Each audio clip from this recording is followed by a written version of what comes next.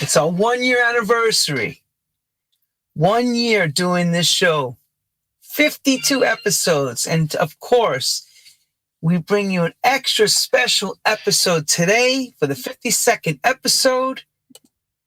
I want to tell you that I'm so happy I have this man because he is a plethora and a historian, an amazing person. He started his career at WLIB all the way in New York through radio, and he did a lot of editorials and a lot of stuff. And I mean, he's worked in the record industry, fancied and danced at some of the greatest clubs, heard some of the greatest DJs on the planet Earth in New York at the time when New York ruled the world, before anything else existed, of course. I like to bring up our man, Mark Riley. Mark Riley, thank you for coming on True House Stories, and thank you for... Lenny, thank you for having me, man. It's a real honor, especially this is your first anniversary. And thank you for keeping the story of the music alive, because it's so important. Oh, thank you. Yeah, no, it's not easy. It's not easy tracking everybody down, but because of COVID, I've been blessed to catch everyone around. Because normally trying to get all these DJs to talk, including myself, we're all traveling and busy living life and trying to stay above water, whatever we're doing. It's like, an interview? Okay, when is it? Where am I going to be? Now, with COVID, and now we're kind of coming out of COVID in a way. Of course, we want to ask you, how have you been dealing with COVID? Because he's not in New York. Funny enough, he's in the UK. Yes, in Brighton.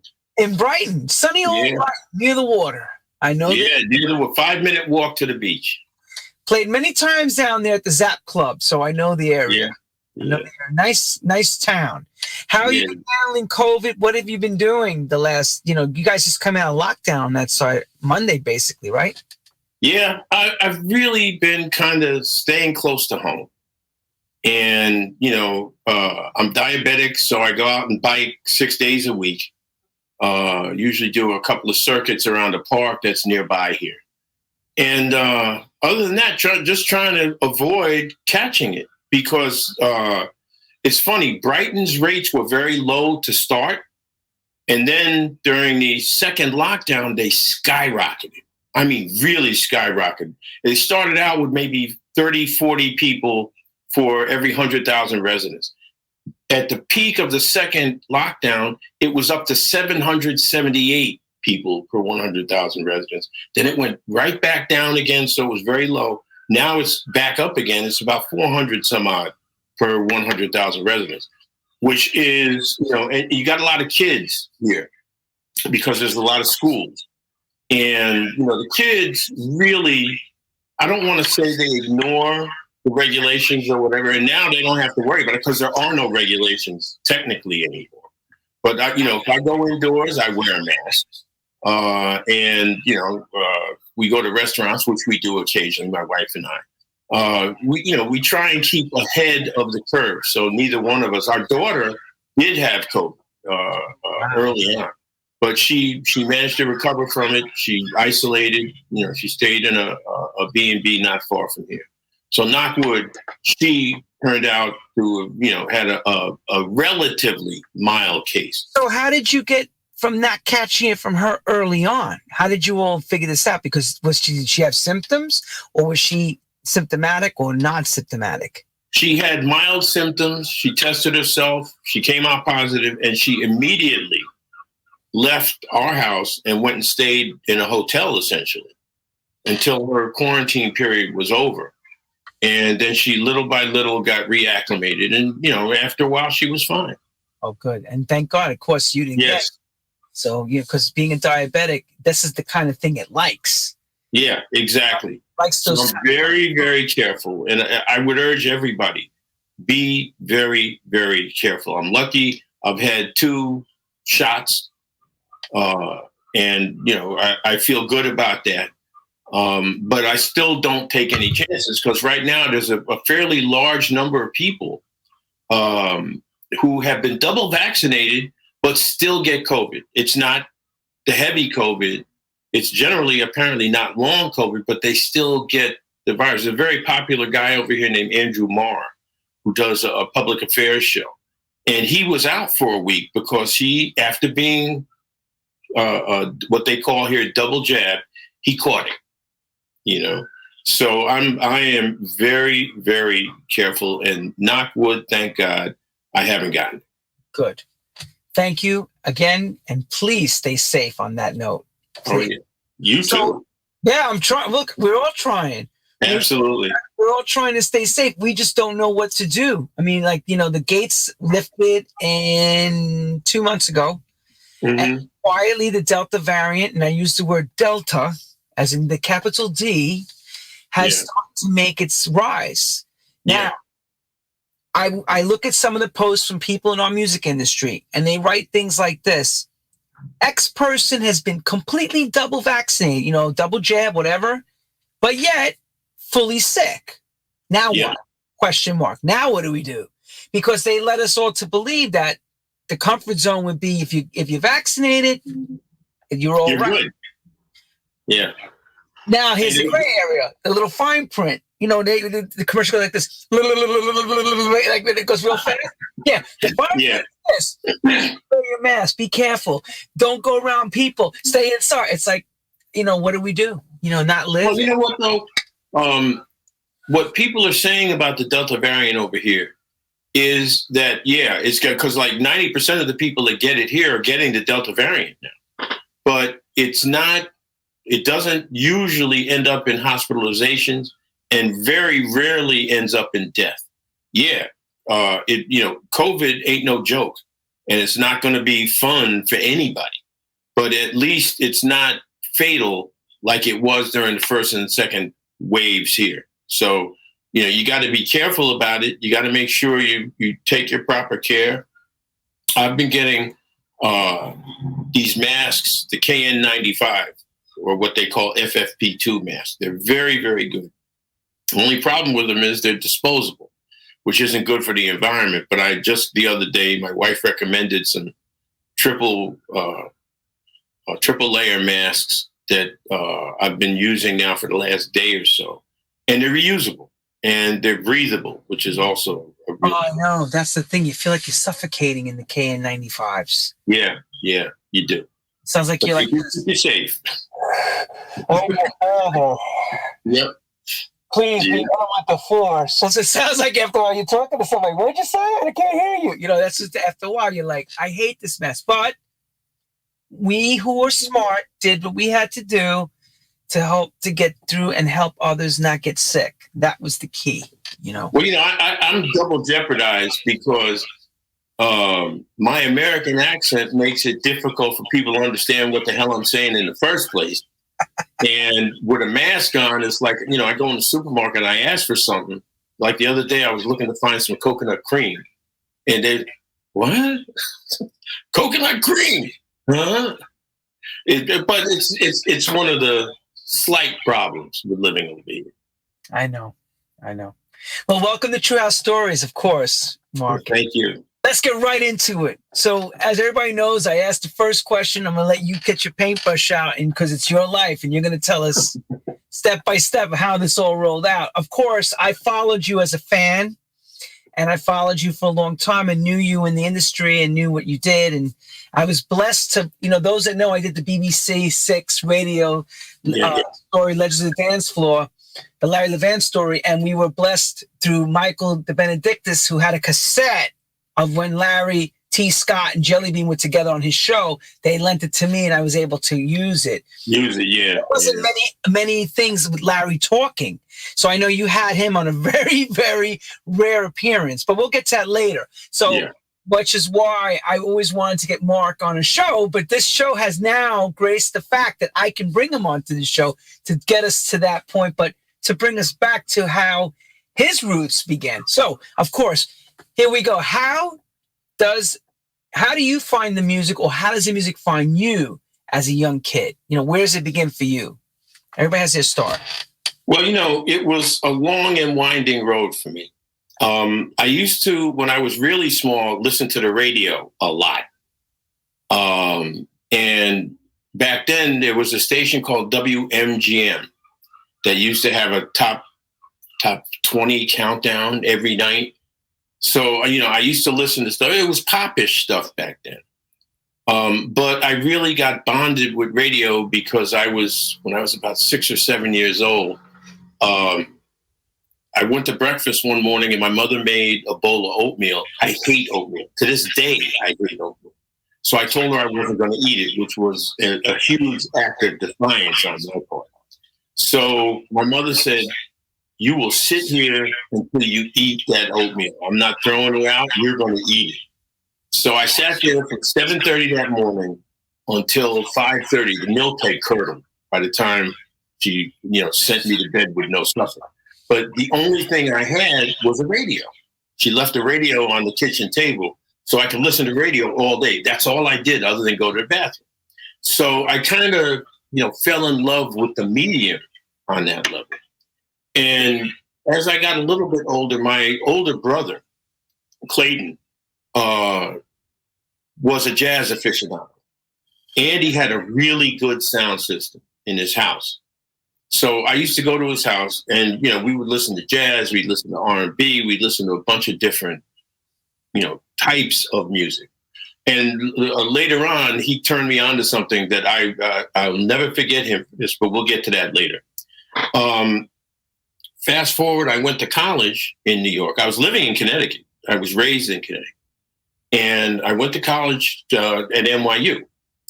And in my spare time, when I wasn't out trying to take over buildings and doing all kinds of radical stuff, I would go to a place on St. Mark's Place, directly below the Electric Circus. And I used to go to Electric Circus to see rock shows back in the day. But underneath there was a place called the Dome. And the Dome was this kind of small, very crowded, very cramped kind of space, but it had the most wonderful jukebox you would ever want to hear. And it was actually the only club I ever went to that didn't have a DJ. They just had this, and of course you kept having to put a quarter in to hear a song. So they made a fortune when it got crowded, when college kids were home on vacation. And there were a number of songs that really kind of stuck in my mind from that period, including one that I just listened to earlier this afternoon. I don't know if you ever heard the song, Lenny. It's called My Lucky Day by a guy named Frankie Newsom. No, I don't know that song. You check it out if you ever get a chance. It's a great piece of music. And the people at the Dome were not demonstrative. But that was when they played that song, and they play it 2 or 3 times a night, that was the song that people would get demonstrative about. And, you listen to that kind of music. And then, of course, there was also house parties. I worked in the post office for a while. And I worked like 5 at night till 1:30 in the morning. And the people that I hung out with back then in the post office used to give house parties after work. So we would go like up to Tremont Avenue in the Bronx at 2:00 in the morning and dance, and guys would play cards. It was a whole scene, and it was postal people. And little by little, you get these different influences, you get these different pieces of music that get stuck in your head. And there used to be a record store. I used to live on 170th Street in the Bronx. There was a record store right off of Jerome Avenue that had like an encyclopedic catalog of 45s. So I would go and take the WWRL top whatever it was and go into the store and buy the ones I really liked. And that was something I got into the habit of doing. And, there were people in the post office that used to do essentially the same thing. There was a guy who got to be a very good friend of mine. His name was Merlin Langley. And they used to call him Smooth because he was one of the greatest dancers I ever saw before I went to the Loft, right? And Smooth used to come to these parties. And when he came, everybody else cleaned off the dance floor. They would not get near him when he was dancing because he was that good. And, then there came a point at which I decided to try and widen my horizons a little bit. And I was hanging out with a bunch of guys on the Upper West Side of Manhattan. And I don't know if you know Arnie Segarra, but Arnie later on in life turned out to be a good friend of mine. He had a club on, I think it was 77th Street in Manhattan. really she kind of place. And me and some of my friends from the West Side used to all go in there, sneak in into his club and party. And when I told him about it later on, I said, Arnie, I used to go to your club. You couldn't have gotten in my club. And I said, yeah, we did.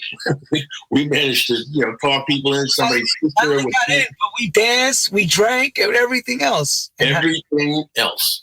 And then these guys on the West Side ended up starting to follow a guy named Alfie Davidson. I don't know if you ever knew him. Name I know because he played at the Jungle, right? Or something. Yeah, he played at the Jungle. He played at a place called the Kontiki. He played at a place called the Steps. And before I went to the Loft, I thought Alfie was the greatest DJ I have ever heard. He took one night, and I'll never forget this, he took a Barry White song, Under the Influence of Love, got it to a certain point in that song, and then seamlessly went to Stevie Wonder's Living for the City. And when they got to the part where, the character gets locked up, he went back to Under the Influence of Love. It was absolutely gorgeous mix. And Alfie, I think, was one of the great unsung DJs, early DJs. And he was also tight with David, which I didn't know at the time, David Mancuso. So, Alfie used to play a lot of really cutting edge stuff. And one night he played this song by this guy named Mano Dibango. And it was Soul Makossa. And we were all like, oh man, how do we get this song? Because it wasn't like readily available, right? So somebody found out that Alfie and David had gotten it in Brooklyn someplace, right? So me and a bunch of friends of mine jumped in this guy. He had a convertible. I'll never forget this. We go speeding down the FDR Drive, head over to Brooklyn Bridge, go out to, I think it was Crown Heights, and picked up every copy of Soul Makossa that was available. And then later on, a couple of other people bootlegged Soul Makossa, so it was more widely available. It got to be very popular. But wait, you went and picked them all up. What did you do with the copies? I don't know. Everybody kept one. Oh, so basically you guys all had it for yourselves. Not like you went. Yeah. You went not like go run and give one to such DJ or Nicky Sienna. Oh, no. We didn't know any of those people then. This was just among this crew on the West Side. Gotcha. This was the only DJ we knew back then other than Alfie, and we didn't know him. We just followed him. But there was a guy named George Wheeler, whose father used to have a restaurant on 109th Street in Broadway called the Ideal, Latin restaurant. And it was a really nice place. And he was really cool with, because we were kind of a ragtag bunch of guys back then. But he was always very cool, welcomed us in. And we got to know George. So we went and checked him out a few times when he was playing. I always associate him with a song called Undecided Love by the you ever heard that by the Checkers? That I know. Now, I know for a lot of people, this is we might as well be talking Sanskrit because this is some really old music. That's Chess Records, if I remember correctly. Yeah. Yeah. And there was a lot of stuff like that. There was stuff that came like completely off the wall. Did you ever hear Tap Mother and the All Night Newsboys? Yes. Track in A? That was another song that was in those clubs at that time. The only song or the only album that was produced by Jimi Hendrix, but he did not play on it. He died actually a year after it came out.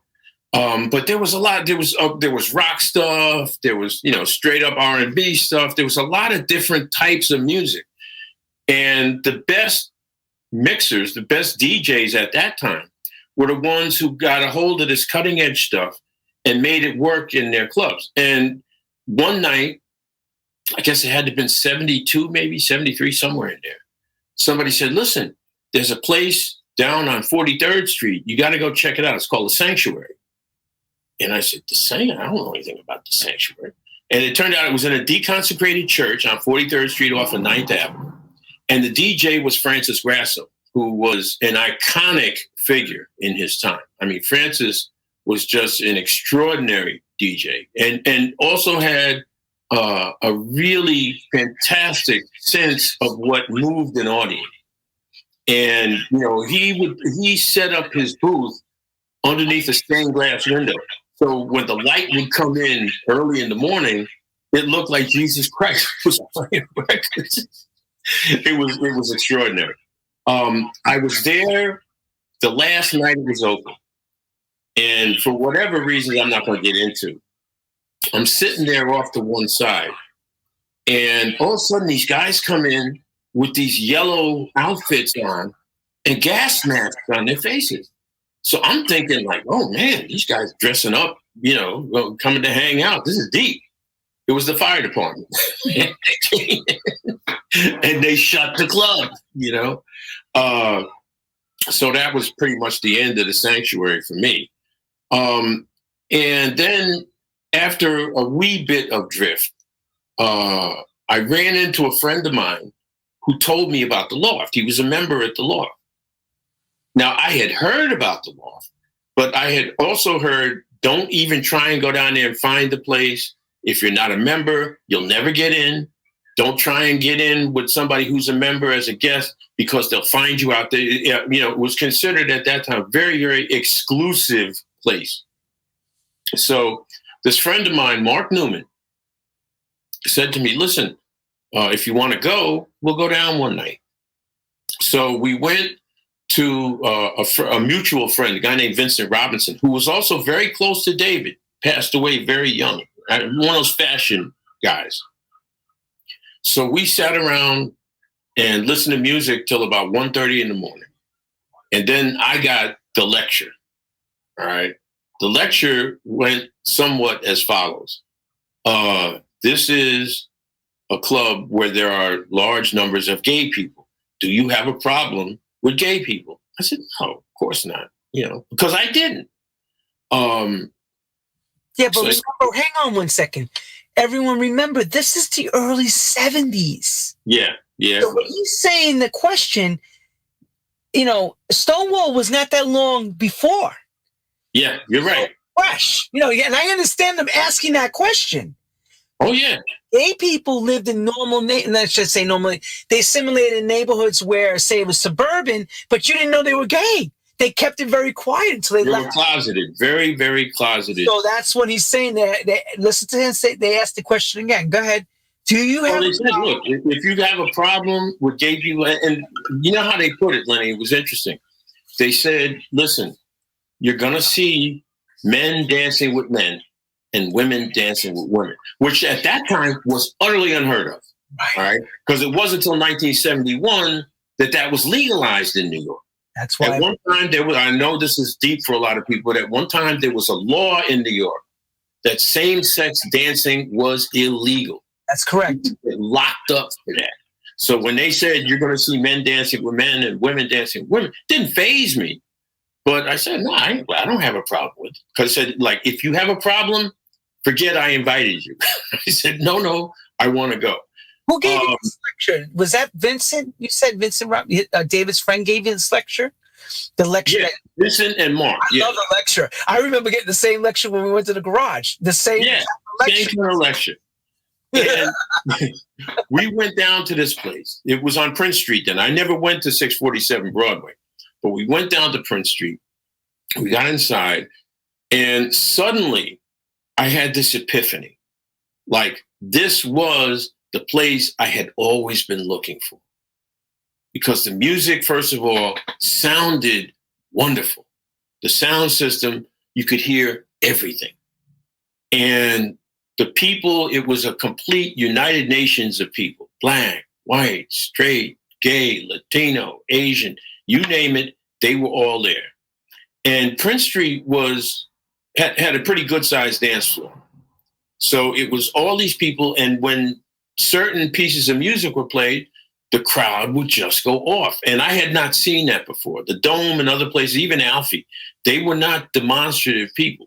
The people that hung out at Kontiki or some of these other places, they put an emphasis on being demure. The women used to wear pillbox hats with veils and stuff like that. Well, the Loft was a complete 360. It was, or 180, I think. People danced, people jumped around, people screamed. And I said to myself, this is my place. This is the place I've been looking for. So everybody just want to say this. When he mentions here's the whole sound system, yeah. imagine an AM radio You're playing AM music, AM radio. Just imagine this. And then you learn FM radio is created with this crystal clear sound. Yeah. That's the difference of what he's talking about. Like you walk in, it was like Technicolor. And I've heard it so many times from everyone that's went has said the same thing. Like Technicolor. You can hear things. Technicolor. Visually and sonically. It was like night and day. So I went that first time. And then I'm trying to think, like, how do I get a membership? Yeah,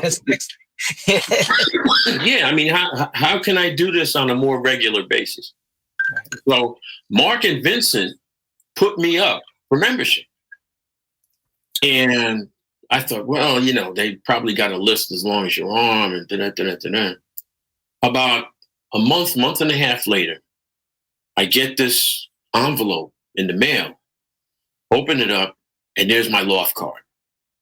I was ready to give a party just getting the card. I mean, it was just like, it was heaven. It was absolute heaven. So I went for a few years. And see, this is where, because I tried to silo my radio work, which was about reporting and interviewing people and that sort of thing, silo that away from my underground life, okay? Because I didn't necessarily want the two to mix.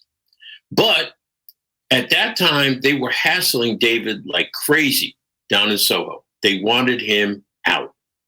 And there was a group called the Soho Artists Association. And they had a newsletter, and they're gangsters and, you know, blah, blah, blah, and all these thuggish people coming. Nothing could have been further from the truth, but they saw the potential, the commercial potential of Soho, because Soho wasn't what it is now then. It was just starting to get popular. A lot of artists living in Loft, who, by the way, were living there illegally, quiet as it's kept. But as it turned out, the Department of Consumer Affairs, and I found this out from a friend of mine whose cousin ran the Department of Consumer Affairs, and they were having a hearing about, not just about the Loft, but about venues in Soho, which included a bunch of other scenes. All right, there was a jazz scene, a jazz Loft scene in Soho, run by a guy named Rashid Ali, which they didn't have a problem with him, but they really did have a serious problem with the Loft. So I went as a reporter and went to this hearing and sat there for, had to have been 2 hours listening to these people badmouth the Loft. And I realized very early on, none of them actually had ever been there. So I figured, let me step up and say, so I said, excuse me, I'm from WLIB, blah, blah. Have any of you actually ever been inside the Loft? And the answer? Crickets was the answer. Nobody had gone inside the Loft.